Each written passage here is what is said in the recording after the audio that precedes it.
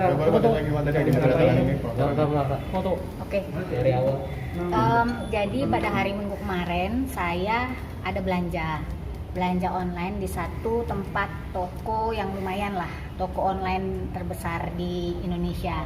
Nah, ya mungkin karena ini ya lagi musim-musimnya sepeda kan, jadi saya belanja sepeda nih ceritanya. Terus harganya itu sebenarnya 57 juta sekian, tapi dapat diskon 60%, jadi harganya 23 juta. Ya namanya perempuan kan kita tergiur ya kita kan pasti pengen gitu loh. Udah gitu warnanya itu yang memang saya suka, warna ungu. Akhirnya saya transaksi dan itu semua prosedur yang saya lakukan itu sesuai. Jadi saya transfer ya ke virtual account BCA yang memang keluar dari dari tempat belanja itu. Terus habis itu udah, kemudian 1 jam kemudian ada yang telepon saya, dia bilang kami disebutinnya dari belanja online tersebut gitu loh. Nah terus dia bilang karena ibu mendapatkan diskon 60%, ibu harus mengaktifasi kode voucher diskon. Dia kasih link. Nah setelah klik linknya, terus habis itu saya masuk ke dalam situ dan ternyata langsung masuk ke dalam kayak masukin OTP. Nah udah setelah itu saya ini jadi memang ini kejadian nih mungkin karena saya ini orang yang gaptek lah, bisa dibilang gaptek, dan saya baru pertama kali yang namanya belanja online di tempat ini gitu ya. Terus akhirnya saya masukin aja kode OTP, tapi bukan saya kasih ke orang, saya bener-bener ketik sendiri gitu, jadi saya percaya aja gitu kan. Terus karena dia juga bilang ini karena mau mengaktifkan 60% jadinya harus masukin ini. Udah akhirnya saya ikutin prosedur yang ada. Nggak taunya terus habis itu orangnya sempat telepon lagi, ibu jangan dibuka-buka ya websitenya, ini sedang diaktifasikan voucher Anda, kode diskon Anda. Oh ya udah, saya ikutin. Udah habis itu tidak ada kabar lagi. Terus laporan di transaksinya barangnya udah diterima dan selesai. Udah uang saya hilang 23 juta. Ya kalau buat orang mungkin adalah yang berpikir bahwa uang 23 juta mungkin dipikirnya itu nggak seberapa, tapi kalau buat saya besar. Itu saya bekerja keras, susah payah, terus tiba-tiba saya kena satu hal yang menurut saya ini penipuan. Ya memang kita harus waspada lah. Ternyata yang namanya belanja online, padahal zaman sekarang kan lagi banyak digalakan nih yang namanya belanja online. Di mana-mana tuh kita disuruhnya tuh di rumah aja dan kita belanjanya online aja. Ternyata masih ada juga oknum-oknum yang memanfaatkan keadaan ini. Apalagi kita seperti kita perempuan, ibu-ibu yang suka diskon ya. Inilah pengalaman pribadi saya. Kita jangan tergiur sama diskonnya. Ternyata kita harus benar-benar waspada. Kalau misalnya hal-hal seperti ini tuh terjadi tuh hanya cukup untuk saya aja. Jangan sampai ada korban-korban yang lain.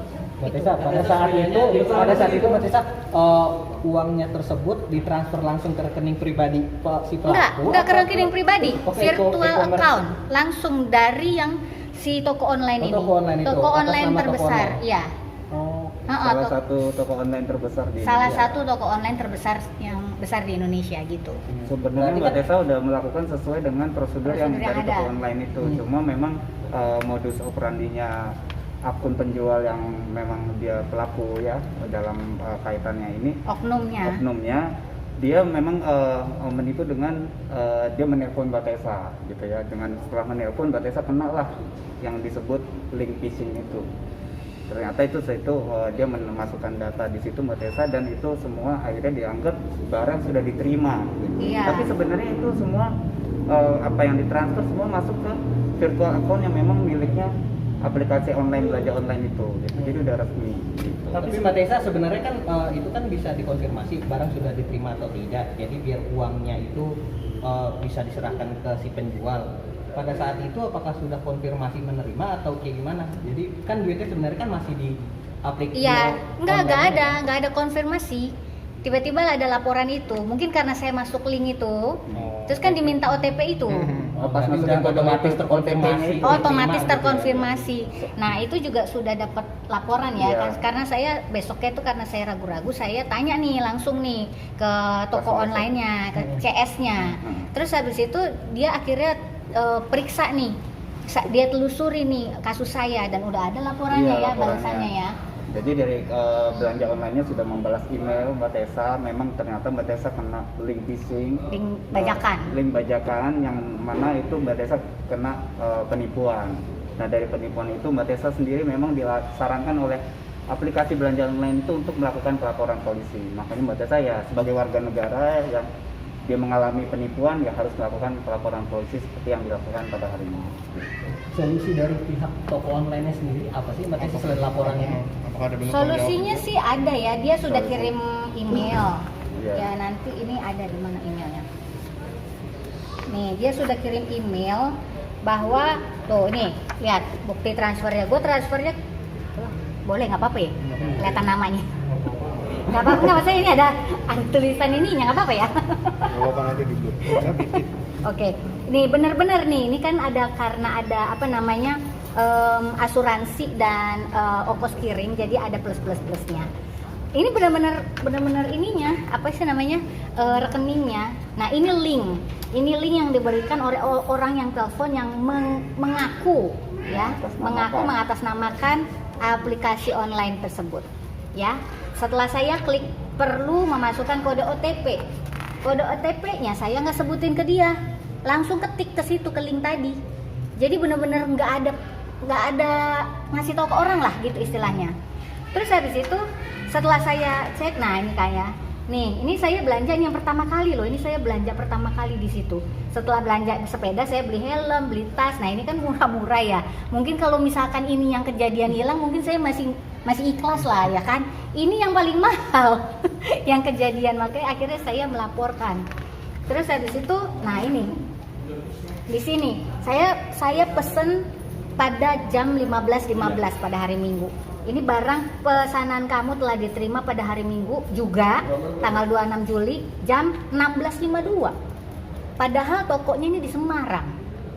Masa dari jam 15.15 masa saya udah terima jam 16.52. Terus ini lihat belum ada histori pengiriman. Jadi memang belum ada pergerakan barang sama sekali gitu loh. Tapi sudah dibilang diterima dan selesai. Gitu. Ini udah ada semua. Tuh. Semuanya sudah ada. Ini kan ini nih pemesanan barang saya. Nah, ini dari Bukalapaknya saya sudah chat langsung ya. Dari sananya langsung saya chat, terus sampai akhirnya mereka udah balesin. Nah, memberikan solusi. Jadi kemarin hari ini mereka hari ini apa kemarin sih? Pokoknya mereka sudah memberikan email bahwa tulisannya kecil-kecil bahwa dari mereka sudah berusaha memberikan itikat baik untuk menyelamatkan dana saya yang hilang. Dari 23 juta sekian mereka bisa selamatkan sebesar 4 juta. Yang lainnya sudah hilang katanya gitu. Karena waktu saya masuk link itu berarti memberikan akses kepada orang itu untuk masuk ke buka dompet katanya gitu. Bahaya lah ini pokoknya. Oh, berarti duit Mbak Tessa sendiri waktu itu sudah memang ada di dompetnya. Nggak tahu ya, nggak ngerti ya gimana prosedurnya. Intinya pokoknya orang itu bisa masuk ke buka dompet lah gitu jadinya gara-gara mungkin ya itu link itu. Iya. Berarti dari pihak toko online sendiri hanya mau cover 4 juta dan udah ditransfer. Belum ditransfer. Dia baru bilang begitu. Terus ada juga ya, saya kan juga bilang, wah ini saya nggak terima, saya harus lapor polisi, saya bilang gitu kan, karena ini memang penipuan, saya bilang gitu. Terus dikasih ini ya solusi ya. Sendiri mereka memang menyarankan untuk Mbak Tessa untuk melaporkan kejadian ini ke laporan polisi di tempat yang terkait. Makanya Mbak Tessa ada di sini untuk melaporkan. Ya, karena sesuai dengan saran mereka sendiri. Iya, diberikan saran untuk melaporkan. Gitu. Agar karena Minggu. Kejadiannya hari Minggu. Karena untuk buka data-data itu kan harus dari instansi yang memang berwenang untuk membuka data-data itu. Jadi kalau buat Mbak Tessa kan nggak bisa, jadi harus dari pihak kepolisian mungkin untuk membantu untuk membuka data-data terkait dengan oknum yang ada di aplikasi online itu untuk menipu orang gitu. Iya. Kapok sih.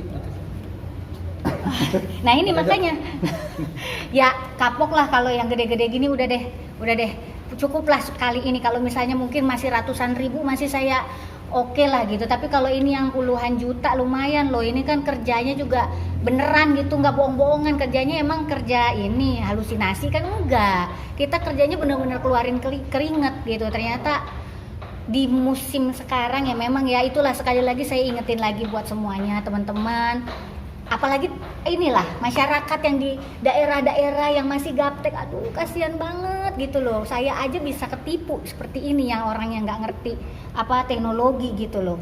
Ya harus hati-hati sih. Vanessa, berarti bisa dibilang ada dugaan pihak toko online ini lepas tangan jadinya ya, setelah memberikan solusi hanya ke suruh lapor ke pihak kepolisian gini. Ya untuk dari pihak aplikasi online-nya sendiri, dia cuma bilang bahwa dia sudah menyelamatkan dana dan dia memblokir akun si pelapak. Udah itu doang. Kan tetap kan tanggung jawabnya kan kita harus tetap minta ke. Menurut dia ini juga bisa dibilang istilahnya ya kesalahan kita sebagai pengguna karena kurang hati-hati. Ya susah lah ya. Ya intinya sih gini lah, intinya apa ya, kita memang harus hati-hati ya. Iya, bukan mau dengan maksud mau menyalahkan pihak penjual online-nya, tapi Mbak Tessa mau mengedukasi masyarakat gitu, Ya. supaya lebih berhati-hati karena dengan keadaan pandemi ini banyak orang belanja online, ternyata ada pelaku yang bernaung di dalam belanja online itu, jadi untuk lebih hati-hati. Tapi tetap menuntut keras toko online tersebut nggak sih? Ya, yang paling yang saya mau minta adalah yang sisa uangnya saya itu. Ya, kan mereka udah bilang bahwa ada dana saya yang bisa diselamatkan. Otomatis itu kan harus jadi hak saya gitu. Tapi mereka belum kasih solusi gimana caranya saya ambil 4 juta saya itu. Gitu. Thank you.